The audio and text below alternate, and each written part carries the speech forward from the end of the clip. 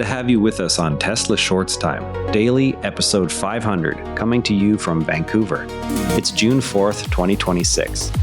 Let's get into what's moving in the Tesla world today. 500 episodes, what a journey. Thank you. Tokyo's new EV incentives could nearly halve Tesla prices in the capital region. New regional incentives in Tokyo target Model 3 and Model Y buyers with direct subsidies.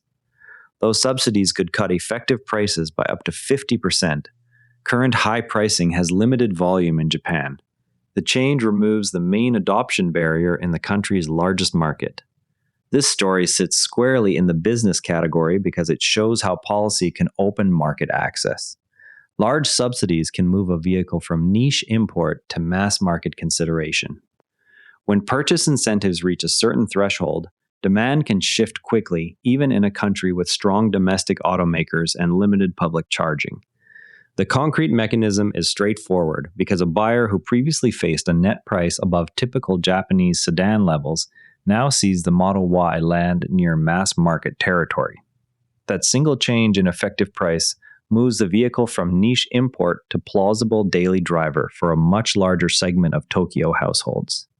Historical data from other markets indicates that once net prices cross this visibility line, word of mouth and demonstration effects accelerate adoption faster than incremental range or feature improvements. Tesla's vertical integration approach lets it capture more of the subsidy benefit than competitors who rely on third-party suppliers and dealers.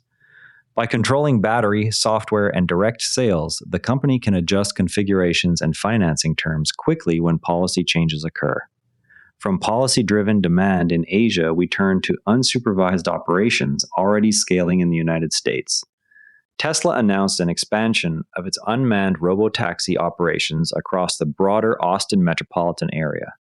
The move adds new service zones and increases available vehicles without requiring safety drivers. This builds on the initial limited rollout and tests scaling under current Texas regulations. The expansion gives Tesla more real-world, unsupervised miles in a single metro region than most competitors currently operate. Next data point to watch is whether ride volumes grow measurably in the new zones. While robotaxis test volume growth, another market shows what strong demand looks like today. The Model Y overtook all other vehicles, including domestic brands, in overall South Korean sales for May. Strong demand for the refreshed model and competitive pricing drove the result despite import tariffs. Tesla has now led imported vehicle sales for 4 consecutive months. The outcome shows the Model Y can compete on price and features even in a market long dominated by local manufacturers. Future months will reveal whether the lead holds as competitors respond. Strong sales momentum in Asia contrasts with a legal setback closer to home. A new class action lawsuit alleges that heat pump defects in certain Model Y and Model 3 vehicles have caused up to $400 million in repair and replacement costs for Quebec owners. The filing claims Tesla knew of the issue but did not disclose it at sale. This marks the 4th class action against the company in the province. Tesla has not yet filed a formal response. The case will test how Canadian courts handle systemic component claims across large vehicle fleets. The suit adds to existing scrutiny of component durability in cold weather markets and may influence warranty reserves if similar claims spread. Legal exposure on hardware durability leads to questions about residual values on new platforms. Some early Cybertruck reservations, originally priced near $150,000, are now appearing in used listings at less than half that amount. The drop reflects both expanded production of lower trim variants and softening demand for the highest spec Foundation series. Dealers report longer inventory dwell times on loaded examples. The price compression shows how quickly Tesla's own volume ramp can affect residual values on new platforms. Watch resale data over the next quarter to see if the trend stabilizes. Production scale is reshaping truck values, while elsewhere it is reshaping manufacturing footprints. Elon Musk stated that the planned Terafab facility in Grimes County, Texas, will become the county's biggest source of tax revenue once operational. The project is tied to next-generation manufacturing capacity rather than vehicle assembly. Local officials have already begun infrastructure planning around the site. The announcement gives the first concrete timeline signal for when the facility could contribute to the local economy. Construction milestones will be the next visible markers. New capacity plans sit alongside ongoing workplace issues. Tesla has reached settlements in several individual worker racism lawsuits, while a larger class action case moves toward trial. The company has not disclosed settlement amounts. The remaining case involves allegations from multiple California facilities and could set precedent for future employment claims. Tesla continues to face ongoing scrutiny of workplace culture at its U.S. plants. The outcome of the larger trial will influence how similar suits are valued. Domestic labor matters give way to competitive moves by rivals. BYD has begun offering lifetime free battery replacements on certain models sold in China. The program is framed as a response to consumer concerns over long-term battery degradation, rather than a direct competitive move. Tesla has not adopted similar lifetime coverage in any market. The difference highlights contrasting approaches to residual value guarantees between the two companies. Observers will track whether the policy changes BYD's used vehicle values or warranty costs. Competitor policy experiments contrast with second life uses already being tested elsewhere.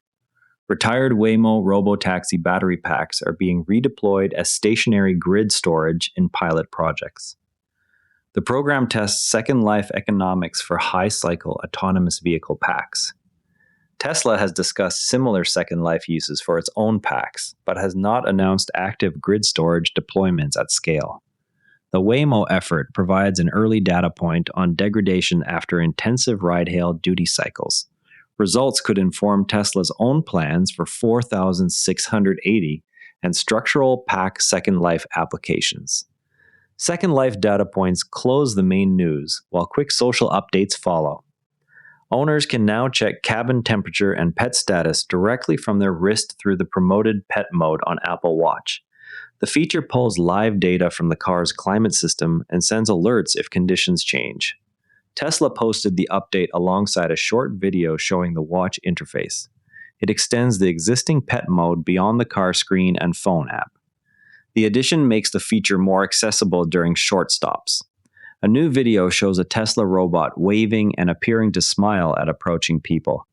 The clip was posted by the official Tesla account with the caption, "It is just happy to see you." The motion uses existing actuator ranges rather than new hardware.